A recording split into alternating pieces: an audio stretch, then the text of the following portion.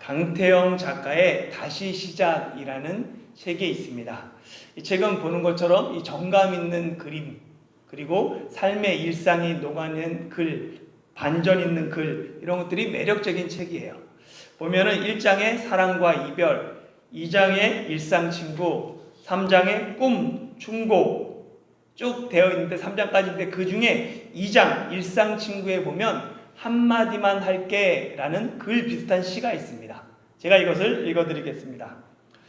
집이 좀 빵빵하다고 돈 자랑하고 다니는 사람, 대기업의 연봉 좀 세다며 여기저기 유세 떠는 사람, 여자한테 인기 좀 있다고 어깨에 힘주고 다니는 사람, 내 말 똑바로 들어라. 니들에게 딱 한마디만 할게. 우리 친하게 지내자. 예, 옆 사람하고 한번 인사해 볼까요? 우리 친하게 지내요. 예, 지난 시간 우리는 구덩이에 던져진 요셉이 형들에게 팔려서 그리고 그 미디안 사람들에 의해서 이집트로 가는 장면까지 살펴봤어요. 오늘은 이어서 살펴볼 텐데요. 르우벤이 돌아오는 이야기부터 시작합니다. 29절 30절 말씀 같이 읽어볼까요? 시작. 르우벤이 돌아와 구덩이에 이르러 본즉 거기 요셉이 없는지라 옷을 찢고 아우들에게로 되돌아와서 이르되 아이가 없도다. 나는 어디로 갈까? 아멘. 르우벤은 형제들이 요셉을 상인들에게 팔 때 그 자리에 없었어요. 르우벤이 왜 그 중요한 순간에 그 자리에 없었는지 성경은 그 이유에 대해서 기록하고 있지 않습니다. 침묵하고 있어요. 그렇기 때문에 어떤 사람은 르우벤의 이중성을 지적하기도 합니다. 즉 르우벤은 처음부터 요셉을 살리려고 하는 마음이 없었다는 거예요. 그래서 자기 손으로 피를 묻히기 싫어서 일부러 살짝 자리를 비웠고 그 자리 비운 틈에 동생들이 손쉽게 요셉을 제거할 수 있도록 했다는 것이죠. 그래서 멀리 숨어서 이 모든 과정을 지켜본 후에 일이 마무리된 후에 짠 하고 등장해서 한바탕 슬픈 척 연기를 했다라는 주장이 있어요. 그러나 이런 주장은 창세기 37장 전체적인 분위기와 흐름과는 차이가 있습니다. 성경은 르우벤이 형제들의 손에서 요셉을 구원하려고 했다라는 것을 두 번이나 강조해요. 르우벤이 요셉이 팔려갈 때 자리에 없었던 이유는 아마도 르우벤이 다른 형제들 몰래 구덩이에서 요셉을 구출하기 위해서 형제들과 따로 떨어져서 방법을 모색하고 있었다라고 생각됩니다. 그런데 르우벤이 자리를 그 비운 사이에 형제들이 요셉을 노예로 팔아버린 것이죠. 형제들이 르우벤이 없을 때 요셉을 판 것을 보면 동생들이 비록 르우벤의 말에 청종했지만 장자로 르우벤을 인정하지 않고 있음을 볼 수 있습니다. 여동생 디나의 사건이 일어났을 때 디나에 복수한 사람이 장자 르우벤이 아니에요. 둘째와 셋째 시므온과 네위였죠. 무엇보다도 르우벤은 서모 비라와 동침 사건으로 말미암아 아버지와 형제들에게 장자로서 인정받지 못했습니다. 어쩌면 르우벤은 요셉을 구원함으로 잃어버린 그 신뢰를 회복하고자 했을 수도 있어요. 그러나 그 모든 것은 상상이고 추정일 뿐입니다. 아무튼 르우벤은 구덩이에 요셉이 없는 것을 보고는 즉시 자기 옷을 찢고 아우들에게 되돌아갔습니다. 히브리인들은 큰 괴로움, 슬픔, 억제하기 힘든 분노나 고통 이런 것을 표현할 때 자기 옷을 찢거나 옷에 죄를 뒤집어 쓰는 행위를 했어요. 이런 히브리인들의 행동이 성경에 정말 여러 곳에 많이 기록되어 있습니다. 민수기 14장에 보면 40일 동안 가나안 땅을 정탐한 12명의 정탐꾼이 돌아와요. 그 중에서 10명의 정탐꾼이 가나안 땅을 악평합니다. 우리는 그들이 보기에 메뚜기 같다. 그러니까 온 이스라엘 회중이 모세와 아론을 원망하고 차라리 이집트로 돌아가는 것이 낫겠다라면서 하나님까지 원망합니다. 그때 여호수아 갈렙 두 명의 정탐꾼이 자기들의 옷을 찢으며 정탐한 땅은 아름다운 땅이다, 여호와께서 우리에게 주신 땅이다 라고 외칩니다. 그러나 이미 이성을 잃은 온 회중은 여호수아와 갈렙을 돌로 쳐 죽이려고 했습니다. 여호수아 7장에서 난공불락의 요새인 여리고를 점령한 이스라엘 자손 앞에 작은 성 아이성이 있어요. 그런데 이 아이성 전투에서 이스라엘이 패배하고 돌아옵니다. 이에 여호수아는 옷을 찢고 장로들과 함께 땅에 엎드려 머리에 티끌을 뒤집어 쓰고 하나님께 기도합니다. 이 외에도 입다, 다윗, 시스기야, 요시야, 에스라, 모르드게, 욥 등 수많은 성경 인물들이 슬픔을 당했을 때 겉옷을 찢고 굵은 배를 띠고 머리털을 밀거나 수염을 뽑고 티끌을 뒤집어쓰고 먼지를 뒤집어쓰고 재를 뒤집어쓰고 슬픔과 고통을 표현했습니다. 이는 구약 시대뿐만 아니라 신약 시대에서도 마찬가지였어요. 마가복음 14장에서 예수님을 재판하는 자리에 예수님이 그들에게 이야기합니다. 인자가 하늘 구름을 타고 오는 것을 너희가 보리라. 이 말을 듣자마자 대제사장은 분노에 차서 자기 옷을 찢죠. 사도행전 14장에 사람들이 바나바와 바울을 신으로 생각합니다. 그리고 우상처럼 숭배하려고 그래요. 그러니까 바나바와 바울이 자신들의 옷을 찢으며 우리도 여러분과 같은 사람이다 라고 소리칩니다.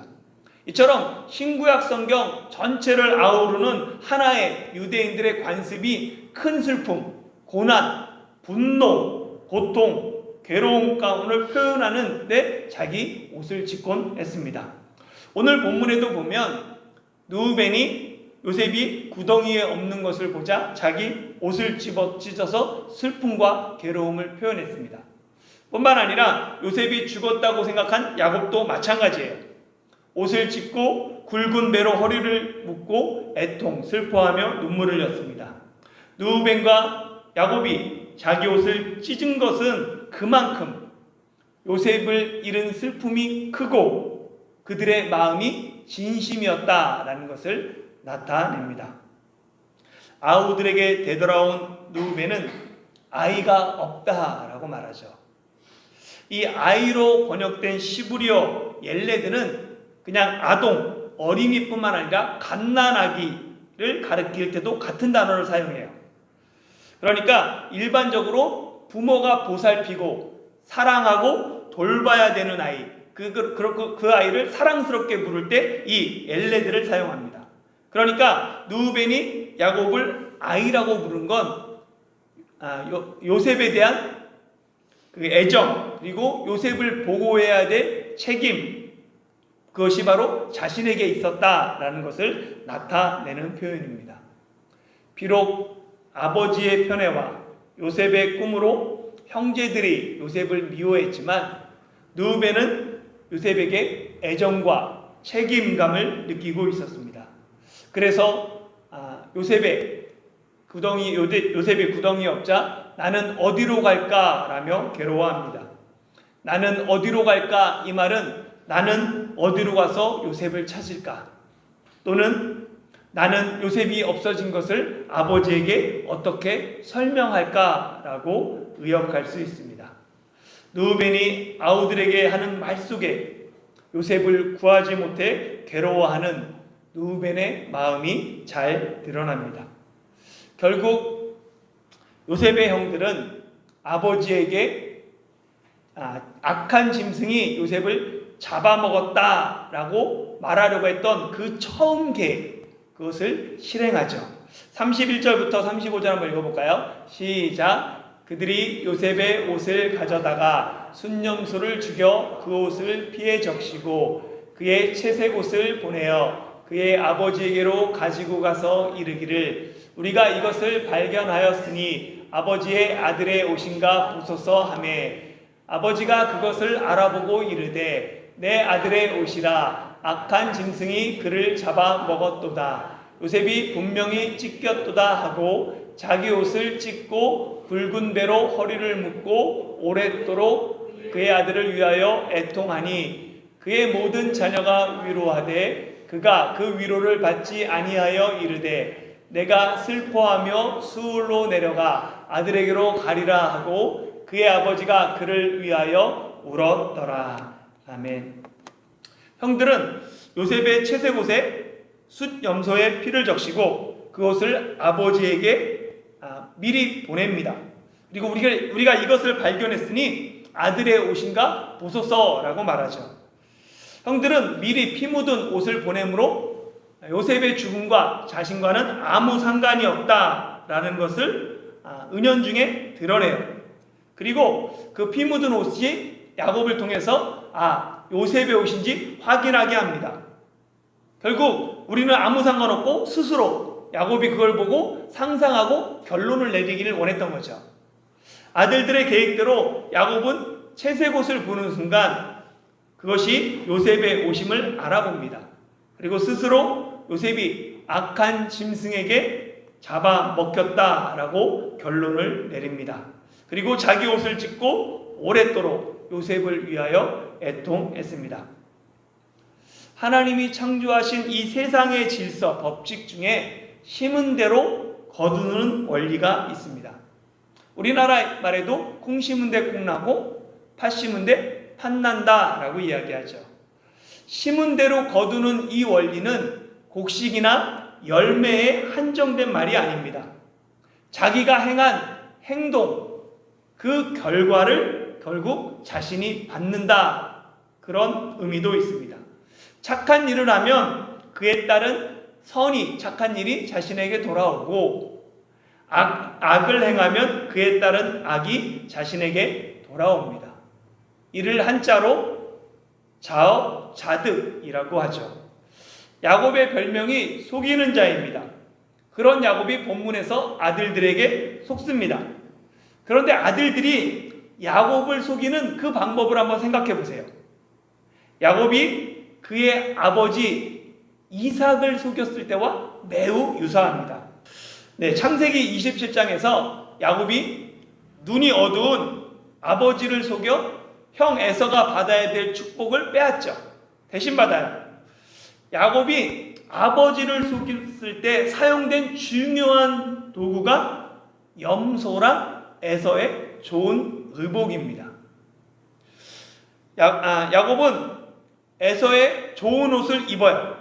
그리고 털이 많은 에서처럼 보이기 위해 손과 목의 매끈한 곳에 염소의 가죽, 그 털을 붙이고 염소로 만든 별미를 가지고 아버지를 속였습니다. 30년 전 야곱이 아버지를 속인 그 방법 그대로 야곱이 아들들에게 속습니다. 에서의 좋은 옷은 요셉의 채색옷이 되고 염소의 가죽과 별미는 염소의 피가 되었습니다. 놀라운 사실은 30년 전 야곱이 아버지를 속일 때 그 아들들은 태어나지도 않았다는 사실이에요. 그런데 야곱의 아들들은 야곱이 그의 아버지 이삭을 속였던 것처럼 똑같은 방법으로 자기 아버지를 속입니다. 죄가 이처럼 무섭습니다. 죄는 대를 이어 유전돼요.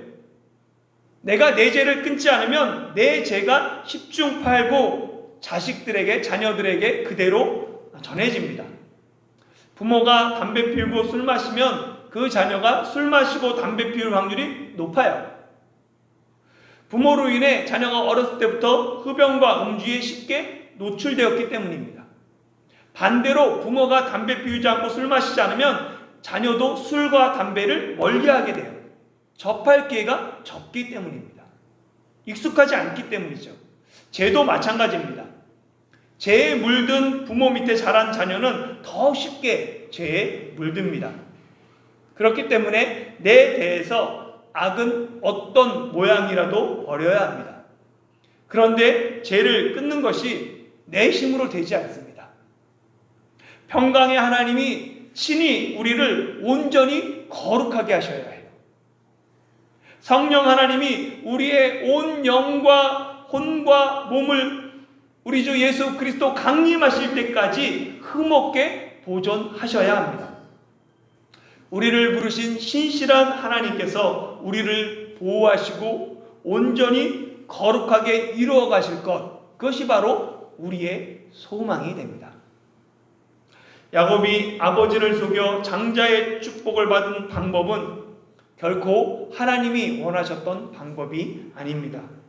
그 결과 야곱은 이후 심은 대로 거두는 삶을 살게 돼요.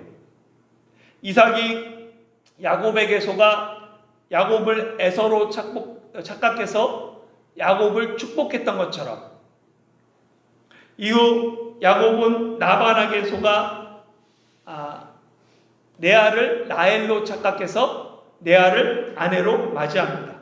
이 결혼으로 야곱의 가정은 그 복잡한 그 모든 문제가 여기서부터 시작돼요. 그리고 이번에는 야곱이 아들들에게 속습니다. 이삭은 눈이 어두워서 야곱에게 속았지만 야곱은 두 눈 멀쩡히 뜨고 아들들에게 속았죠. 하나님의 공의는 남의 눈에 눈물 나게 한 사람 그대로 두지 않습니다. 그런 사람은 반드시 더 큰 눈물을 흘리게 되어 있어요. 야곱이 아버지를 속이고 축복을 받았을 때 형 에서가 소리내어 울고 통곡했던 것처럼 야곱이 이번에는 자기 옷을 찢고 굵은 배로 허리를 묶고 오래도록 요셉의 죽음을 애통했습니다. 야곱의 모든 자녀가 야곱을 위로했지만 야곱은 그 위로를 받지 않습니다. 오히려 야곱은 내가 스올, 즉 죽은 영혼들이 거하는 어둠의 지하 세계에 내려가 아들과 함께 있겠다며 울부짖으며 통곡했습니다. 성경 어디에도 야곱이 이처럼 처절하게 울었다는 기록이 없을 정도로 야곱 일생에서 가장 큰 슬픔이 바로 이때입니다. 야곱은 자기가 심은 그대로 거뒀습니다. 하나님의 공의는 무서울 정도로 정확합니다. 그렇게 하나님이 공의로 세상을 심판하시면 세상에 구원받을 사람이 단 한 사람도 없습니다. 공의의 하나님 앞에서 우리는 두렵고 떨리는 마음밖에 갖지 못해요. 그러나 하나님은 공의의 하나님이시며 또한 사랑의 하나님이십니다. 하나님의 공의와 사랑이 가장 극명하게 드러나는 곳이 예수님의 십자가입니다. 죄인은 반드시 죽어야 해요. 그것이 하나님의 공의입니다. 그런데 내가 달려 죽어야 할 그 십자가에 예수님이 달리셨습니다. 내 죄를 위해 예수님이 십자가에서 대속하셨습니다. 그것이 하나님의 사랑입니다. 예수님의 십자가가 하나님의 사랑과 하나님의 공의를 모두 충족시키셨습니다. 그로 말미암아 우리가 구원을 받게 된 것입니다.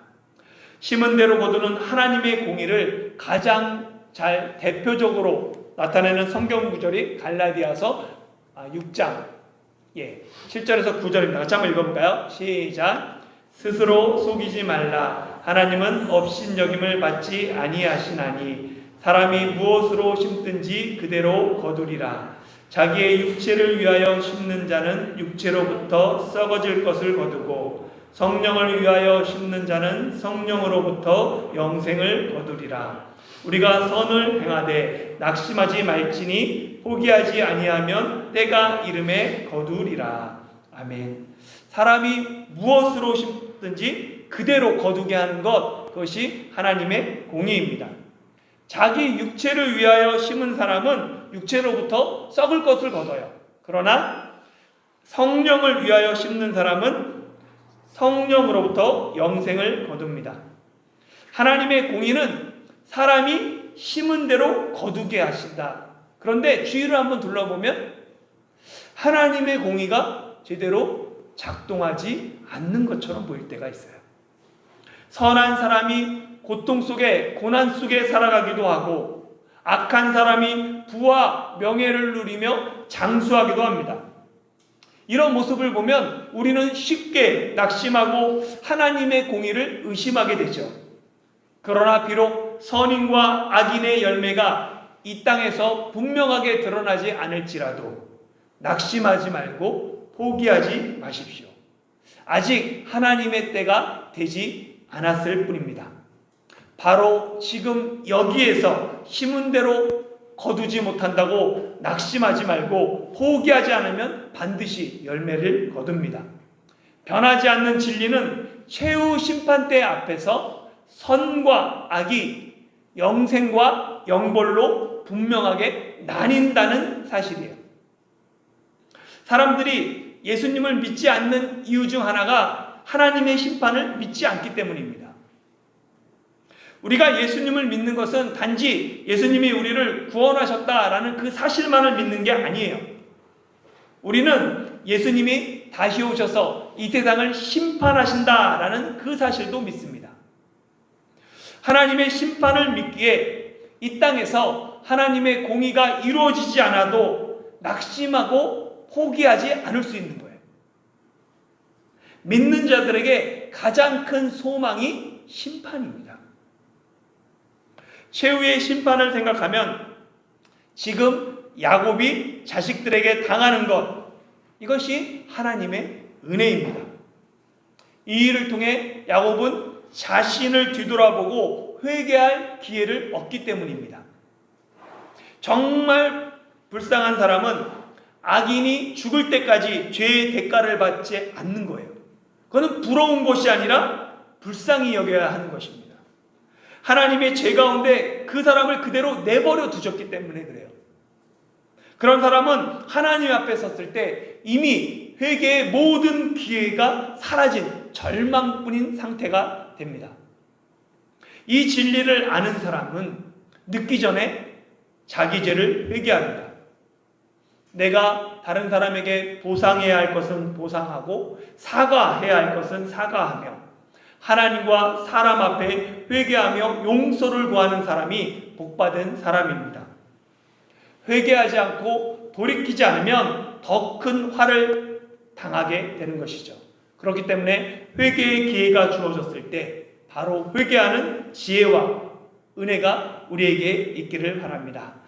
이 창세기 37장은 미디안 사람들이 요셉을 이집트에서 바로의 신하 친위 대장 보디발에게 팔았더라로 끝이 나요. 36절에. 이 창세기 37장 전체 내용은 야곱 가정의 불화에 관한 기록입니다.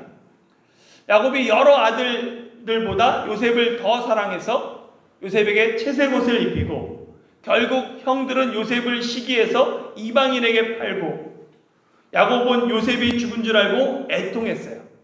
그런데 이 모든 가정의 불화와 갈등 속에서도 하나님의 놀라운 계획이 이루어지고 있었습니다. 생각지도 못한 고난과 고통 가운데 자신이 처한 사람이 가장 많이 생각하는 것이 만약이에요. 만일이에요. 만약 그때 내가 다른 선택을 했다면, 만약 그 일이 내게 일어나지 않았다면, 만약 그때 내가 그런 말을 하지 않았다면, 현재의 고난이 힘들면 힘들수록 사람들은 만약을 생각하며 과거를 후회합니다. 그래서 만약의 또 다른 이름이 후회예요. 요셉의 상황을 한번 생각해 보세요. 요셉은 도저히 이해할 수 없는 일들 앞에서 만약을 생각하며 괴로워하고 후회해야 할 그 상황이에요.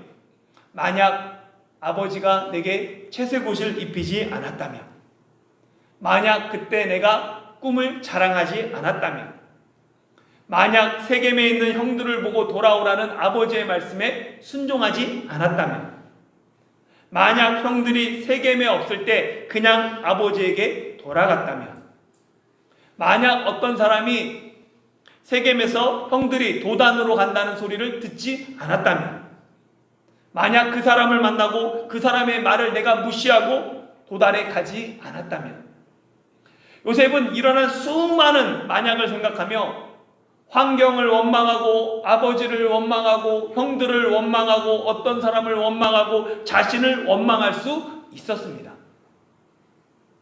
그런데 그 모든 일은 결국 요셉을 미리 이집트로 보내기 위한 하나님의 놀라운 계획이었죠.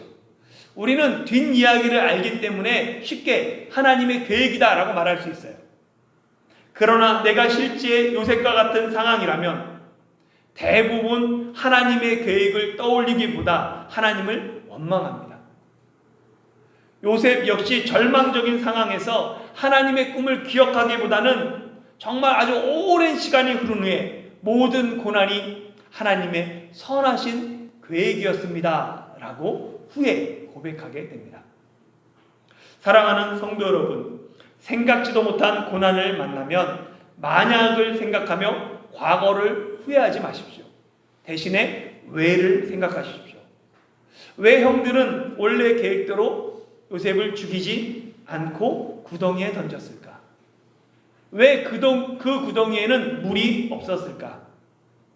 왜 하필 그때 이집트로 내려가는 미디안 상인들이 나타났을까? 왜 유다는 은 20에 요셉을 팔자고 제안하고 형제들은 그 말을 청종했을까? 왜 하필 르우벤이 그 자리에 없었을까? 왜 요셉이 팔려간 곳이 바로의 신하 친위대장 보디발의 집이었을까? 만약은 과거의 후회로 나를 이끌지만 왜는 현재를 직시하며 미래로 나를 이끕니다. 왜라고 묻기 시작할 때 우리는 현실에 충실할 수 있으며 하나님의 계획을 기대하게 됩니다.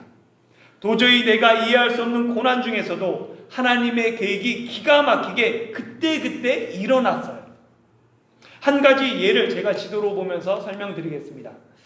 가나안 땅에서, 가나안 땅이 쭉 있는데 가나안 땅에서 저 위쪽에서 제일 그 이집트로 저 아래쪽에 있죠. 이집트로 가는 가장 빠른 길이 요 파란색으로 된 해안도로입니다. 해안도로가 이집트로 가는 가장 빠른 도로예요. 시리아부터 이집트까지 연결된 국제도로죠. 세겜은 어디에 위치하고 있냐면 세겜은 여기에. 세겜은 여기 있죠. 요 파란색 요 길은 족장의 길입니다. 여기는 유다 산지와 사마리아 산지를 연결하는 족장 도로예요. 그러니까 족장 도로는 주로 족장들이 양을 치던 길이고 이 해안 도로는 상인들이 무역하던 길입니다. 도단은 어디에 위치하고 있냐면 바로 세겜에서 이렇게 무기또 가기 훨씬 전에 이쪽에 보면 해안도로 옆에 위치하고 있습니다. 그러니까 요셉을 이집트로 보내기 위해 하나님께서 형들을 세겜에서 도단으로 옮기셨던 거예요. 이처럼 요셉이 이집트로 가기 위해서는 중간에 무엇 하나 어긋나면 삐걱거리면 모두 물거품이 될 수밖에 없습니다. 그런데 이 모든 것이 딱딱 들어맞았어요. 우리 삶에 일어나는 모든 일에도 하나님의 계획과 뜻이 있습니다. 내게 닥친 불행과 고난도 하나님의 뜻을 이루기 위한 과정 중 일부분입니다. 그렇게 아무리 힘든 고난과 시련에도 하나님을 신뢰하며 하나님의 선하심을 소망하십시오. 하나님의 구원과 사랑이 우리를 통해 결국에는 선하게 이루어질 것입니다. 로마서 8장 28절 말씀이 우리 모두에게 위로와 소망이 되기를 예수님의 이름으로 축원합니다. 함께 로마서 8장 28절 읽겠습니다. 시작. 우리가 알거니와 하나님을 사랑하는 자 곧 그의 뜻대로 부르심을 입은 자들에게는 모든 것이 합력하여 선을 이루느니라. 아멘.